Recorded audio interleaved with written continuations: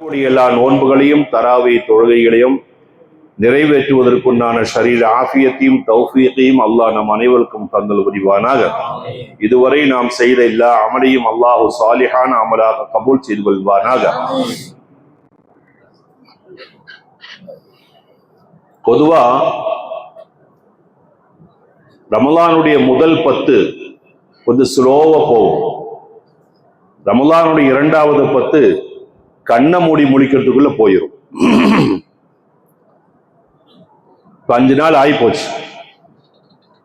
அதனால இனி வரக்கூடிய இன்னும் பாக்கி இருக்கக்கூடிய இந்த 5 நாளும் எந்த அளவுக்கு அல்லாஹு தாலாவிடத்தில் மன்னிப்பு கேட்க முடியுமோ அந்த அளவுக்கு மன்னிப்பு கேட்டு நாம் எல்லாம் நிரபராதிகளாக குற்றமில்லாதவர்களாக நாளை அல்லாஹுடைய சன்னிதானத்தில் சென்று நிற்பதற்கு நாம் முயற்சி செய்ய வேண்டும். அதற்கு ஒரே வழி என்னவென்று சொன்னால், இனி இருக்கக்கூடிய பாக்கி 5 நாட்களில் அஸ்தக்ஃபிருல்லாஹ் அல்-அஸீம் அஸ்தக்ஃபிருல்லாஹ் அல்-அஸீம் என்கக்கூடியதை ஒரு நாளைக்கு 1000 தடவையாவது நாம் சொல்லி நாம் எல்லாம் நம்முடைய பாவத்தை கழுகி ஆக வேண்டும். அதுக்கு எனக்கு நேரம் இல்லை, பகல் ஃபுல்லா ஓடுறதா இருக்குது என்று சொன்னா அல்லாஹ்வுக்கு நேரம் கிடைக்காது. நம்மளை கவனிக்கிறதுக்கு அல்லாஹ்வுக்கு நேரம் கிடைக்காம போயிடும். அதனால முடிந்த அளவுக்கு அஸ்தக்ஃபிருல்லாஹ் அல்-அஸீம் என்று சொல்லலாம், அல்லது அல்லாஹும்ம ஃபிர் லி ذுனூபி யா ரப்பல் ஆலமீன் என்பதாக சொல்லி நாம் நம்முடைய பாவத்தை கழுகி தூய்மைப்படுத்துவதற்கு முயற்சி செய்ய வேண்டும். எவ்வளவு பெரிய பாவமானாலும் அல்லாஹ் மன்னிப்பதற்கு தயாராக இருந்து கொண்டிருக்கிறான். சரித்திரத்துல ஒரு சம்பவம் வருகிறது. 99 கொலைகள் செய்த ஒரு ஆள், 99 கொலைகள் செய்த ஒருவன் தனக்கு பாவ மன்னிப்பு கிடைக்காதா என்று தவித்து ஒரு உஸ்தாதிட்ட போறான்.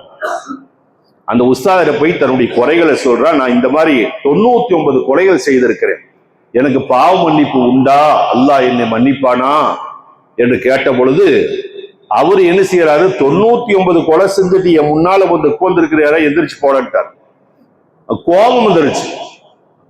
உடனே அந்த உஸ்தாதியை வெட்டி 100 பூர்த்தி ஆக்கிட்டான். இப்போ அவன் தனக்கு தௌபா செய்யணும், தௌபா கிடைக்கணும், அல்லாஹ் என்ன மன்னிக்கணும் என்பதாக சொல்லி அவன் அலையாத அலைச்சல் அப்படி அலைகிறான். என்னை மன்னிப்பா, அல்லாஹ் மன்னிக்க மாட்டானா, அல்லாஹ் மன்னிக்க மாட்டானா, அல்லாஹ் மன்னிக்க மாட்டானா, அப்படி ஓடி ஓடி ஓடி மௌத்தாயிடுறார். மௌத்தானா பொதுவா நம்ம ஒரு விஷயத்தை மனசிலாக்கணும். நாம் நல்லவர்களாக இருப்போமையானால் ரஹ்மத்துடைய மலக்குகள் நம்முடைய ரூஹை எடுத்து ஒவ்வொருத்தரும் நம்முடைய ரூஹை முத்தி முத்தி முத்தி அதை கொண்டு போவாங்க. எங்க? அல்லாஹ்ட்ட கொண்டு போவாங்க. அதே நேரத்தில் நாம் கெட்டவர்களாக இருப்போமையானால் நம்முடைய ரூஹை எடுத்துக்கொண்டு நாட்டம் அடிக்குது என்று சொல்லி அந்த ரூஹை கொண்டு போவாங்க. ரூஹை என்பது பொதுவா மனமானது. ரூஹை என்பது யாருடையது? அல்லாஹ்வுடையது. நம்மள்ட்ட இருக்கக்கூடிய ரூஹ் யாருன்னா அல்லாஹ்வுடையது. இந்த உடம்பு மண்ணு, நம்ம கிட்ட ஒண்ணும் இல்லை. உடல் மண்ணுக்கு, ரூஹ் அல்லாஹ்வுக்கு. நம்ம இடத்துல ஒன்றும் இல்லை, நம்ம செஞ்ச அமலு மட்டும்தான் நமக்கு மிஞ்சம். அப்போ அந்த ஆளு 100 கொலை செஞ்ச அந்த மனிதன் மௌத்தான உடனே ரஹ்மத்துடைய மலக்குகளும் ஒரு கூட்டம் வருகிறார்கள், அதாபுடைய மலக்குகளும் ஒரு கூட்டம் வருகிறார்கள். 2 பேர்களும் இந்த ரூஹை எடுப்பதற்காக வேண்டி போட்டி போடுகிறார்கள். நாங்க தான் கொண்டு போவோம், அவ 100 கொலை செஞ்சிருக்கிறாரு, நாங்க தான் கொண்டு போவோம். ரஹ்மத்துடைய மலக்குகள் சொல்லுகிறார், இல்ல இல்ல, அந்த 100 கொலை செஞ்சுட்டு அல்லாஹ்வுடைய மன்னிப்புக்காக வேண்டி இவர் வெகுகாலம் அவர் கஷ்டப்பட்டிருக்கிறாரு என்று சொல்லி அவர்களும் சொல்லுகிறார். கடைசியா இந்த ஆளு மன்னிப்புக்காக வேண்டி போன அந்த இடம் இருக்கா இல்லையா, அந்த இடத்தை அளக்கிறார்கள். அளந்து பார்த்தா மன்னிப்புக்காக வேண்டி தௌபாவுக்காக வேண்டி செய்த அந்த தூரம் தான் அதிகமாக இருக்கிறது. ஆகவே இவனுடைய பாவத்தை மன்னித்து இவனை அல்லாஹு தஆலா ஏற்றுக்கொள்ளுகிறான். அப்போ எவ்வளவு பெரிய பாவம், ஷிர்க் அல்லாத எவ்வளவு பெரிய பாவம் செய்தாலும் அல்லாஹு தஆலா மன்னிப்பதற்காக வேண்டி காத்து கொண்டிருக்கிறான். ஆகவே இந்த மாசத்தை நாம் தவறு விட்டு விடக்கூடாது. தவறு விட்டு விட்டால், இந்த சந்தர்ப்பத்தை தவறு விட்டு விட்டால், எனக்கு தௌபா செய்யறதுக்கு நேரம் இல்லை, அஸ்தக்ஃபிருல்லாஹ்னு சொல்றதுக்கு நேரம் இல்லை என்று நாம் இருந்தோம் என்று சொன்னால் அல்லாஹ்வுக்கு நம்மளை மன்னிக்கிறதுக்கு மனசு இல்லாம போயிடும் இல்லையா? அதான முறை. அதனால் அல்லாஹு தஆலா அவருக்கு முடிந்த அளவுக்கு தௌபா செய்யுங்கள். அல்லாஹு தஆலா யாரையெல்லாம் மன்னித்தானோ அவருடைய கூட்டத்தில் அல்லாஹ் நம்மையும் சேர்த்துக் கொள்வானாக. இன்னைக்கு ஓதப்பட்ட ஒரு ஆயத்துல வவஸ்ஸைனல் இன்சான பிவாலிதைஹி ஹமலத்துஹு உம்முஹு வஹனன் அலா வஹனின். மனிதர்களுக்கு நாம் உபதேசம் செய்கிறோம். யாரு சொல்றா? லுக்மானுல் ஹக்கீம் என்று சொல்லக்கூடிய சொல்றார். மனிதர்களுக்கு நாம் வசியத்து செய்கிறோம். என்னன்னு? உங்களுடைய தாய் உங்களை கஷ்டத்திற்கு மேல் கஷ்டப்பட்டு உங்களை பிரசவிக்கிறார். கஷ்டத்திற்கு மேல் கஷ்டப்பட்டு உங்களை சொன்னா, அதாவது அதை விட ஒரு பெரிய ஒரு வார்த்தை கிடையாது. அதை விட ஒரு பெரிய ஒரு வார்த்தை கிடையாது. அவ்வளவு கஷ்டம். அதாவது தன்னுடைய உயிரை கொடுத்து நம்மளை பிரசவிக்கிறாள் ஒரு தாய். அப்படிப்பட்ட கஷ்டப்பட்டு பிரசவிக்கக்கூடிய அந்த தாயிடத்திலே நாம் எப்படி நடந்து கொள்ள வேண்டும் என்பதை பற்றி அல்லாஹ் தஆலா நமக்கு ஒரு வசியத்தை செய்கிறான். ஒரு சம்பவம் ஒண்ணு வருது. என்ன தெரியுங்களா? ஒருத்தன் மௌத்தா போயிட்டான். அவனுடைய அம்மா மௌத்தா போன பையன், இந்த பையனை பார்க்கறதுக்கு ஒரு ஆளு கூட வரல. ஒரு ஆளு கூட இந்த மௌத்தா போன பையனை பார்க்கறதுக்கு வரல. என்ன காரணம்னு கேட்டா, இவன் உலகத்துல இந்த பூமியில செய்யாத அக்கிரமம் அழிச்சாட்டியும் ஹராம் பிறப்பு ஒண்ணும் பாக்கி இல்லை, எல்லாமே செஞ்சிருக்கிறான். அதனால இவனோட மையத்தை பார்க்கவும் யாரும் வரல, கஃபன் செய்யறதுக்கோ குளிப்பாட்டுறதுக்கோ யாரும் வரல. அந்த அம்மாவுக்கு பெரிய சங்கடமா போச்சு. இந்த மையத்தை எப்படியாவது கபிரிஸ்தானுக்கு கொண்டு போனோமா இல்லையா? ஒரு 4 பேர்த்த வாடகைக்கு கூப்பிட்டு அந்த 4 பேர்த்துக்கு காசை கொடுத்து இந்த மையத்தை கூப்பிட்டு எடுத்துட்டு கபிரிஸ்தானுக்கு போறோம். கபிரிஸ்தான்ல போனா அந்த 4 பேரை கொண்டு வச்சாங்க. வச்சதுக்கு பின்னால காசை வாங்கிட்டு போயிட்டாங்க. போனதுக்கு பின்னால அந்த மையத்தை கொண்டு அடக்கினதுக்கு பின்னால அந்த அம்மா இருந்து அழுகுது. அப்ப அந்த பள்ளியில் இருக்கக்கூடிய ஒரு பெரியவர் இதையெல்லாம் பாக்குறாரு, இருந்து பாக்குறாரு. மையத்தை அடக்கினதுக்கு பின்னால இருந்த அந்த அம்மா அழுகுது, அப்படி அழுகுது. அழுததுக்கு பின்னால கொஞ்ச நேரம் கழிச்சதுக்கு பின்னால சிரிச்சது, வாய் விட்டு சிரிச்சது.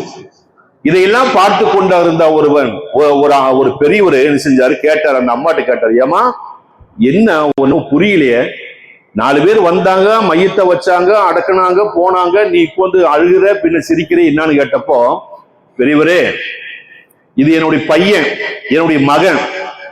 என்னுடைய மகன் இந்த பூமியில செய்யாத அழிச்சாட்டிகள் ஒண்ணும் கிடையாது.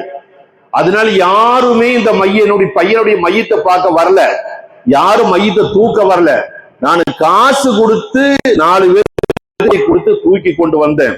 கபர்ல அடக்கிறதுக்கு பின்னால அல்லாஹு தஆலா அவனுக்கு தண்டனை கொடுத்தான், அவ்வளவு பெரிய தண்டனை கொடுத்தான்.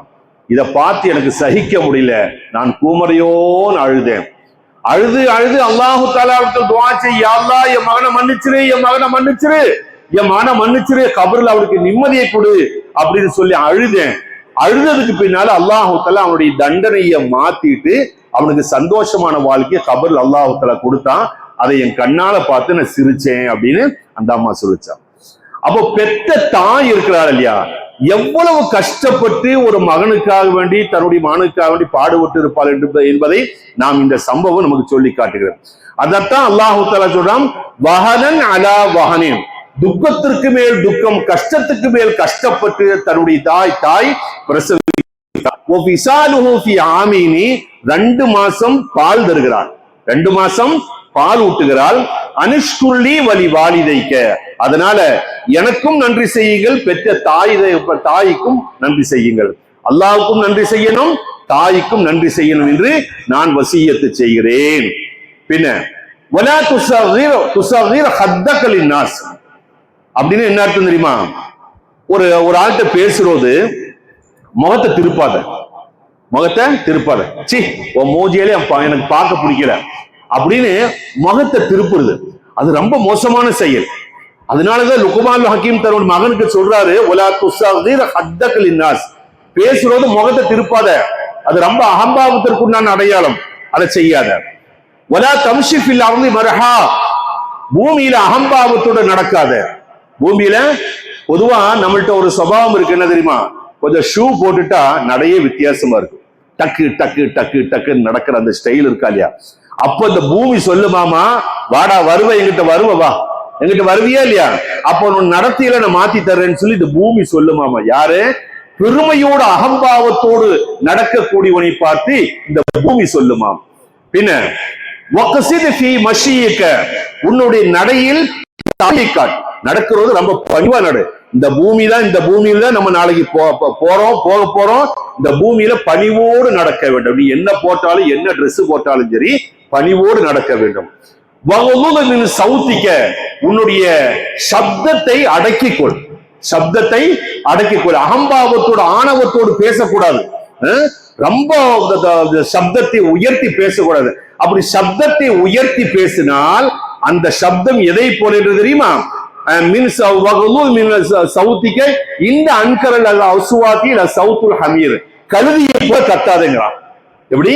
கழுதியை போல. கழுதியுடைய சப்தத்தை விட மோசமான சப்தம் உலகத்துல வேற ஒண்ணும் கிடையாது.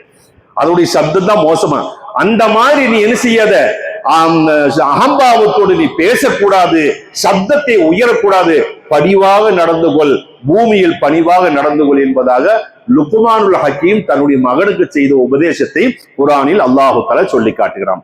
அதனால இந்த உபதேசம் நாம் பின்பற்றி நடந்தோம் என்று சொன்னால் நமக்கு நல்லது, நம்முடைய மக்களுக்கும் நல்லது. சரி, இனி இன்னைக்கு நம்ம தராவி தொழுதன் காரணமாக அல்லாஹ் தஆலா நமக்கு என்ன நன்மை தருகிறான் என்று சொன்னால், துஸல்லி அலைஹில் மலாயிகத்து வ ஹமலத்துல் அர்ஷி வல் குர்சி, அல்லாஹ்வை அரிசியும் குர்சியும் சுமக்கக்கூடிய மலக்குகள் இருக்கிறார்கள். அது குர்ஆன்ல வர 8 பேர் அல்லாஹ்வுடைய அரிசியை சுமக்கக்கூடியவர்கள், 8 மலக்குகள். அந்த அரிசியை சுமக்கக்கூடிய மலக்குகளுக்கு அதை தவிர வேற ஒண்ணும் கிடையாது. அந்த மலக்குகள் இன்னைக்கு தராவி தொழுவதற்காக வேண்டி ரஹ்மத்துக்காக வேண்டி துஆ செய்கிறார்கள். சுப்ஹானல்லாஹ். அந்த மலக்குகள் இன்னைக்கு தராவி தொழுவதற்காக வேண்டி துஆ செய்கிறார்கள், ரஹ்மத்துக்காக வேண்டி துஆ செய்கிறார்கள் என்று ஹதீஸில் வருகிறது. ஆகவே ஒரு மிகப்பெரிய பாக்கியத்தை நாம் அடைந்திருக்கிறோம். அல்லாஹ் தஆலா இனிமேலும் வரக்கூடிய நாட்களில் தொழுவதற்கும் நோன்பு வைப்பதற்கும் அல்லாஹ் தஆலா தௌஃபீகை தந்தல் புரிவானாக. ஆமீன் யா ரப்பல் ஆலமீன். அல்லாஹும்ம இக்ஃபிர் லீ ذنوبي يا رب العالمين. اللهم اغفر لي ذنوبي يا رب العالمين. اللهم اغفر لي ذنوبي يا رب العالمين. آمين برحمتك يا ارحم الراحمين والحمد لله رب العالمين. السلام عليكم ورحمة الله.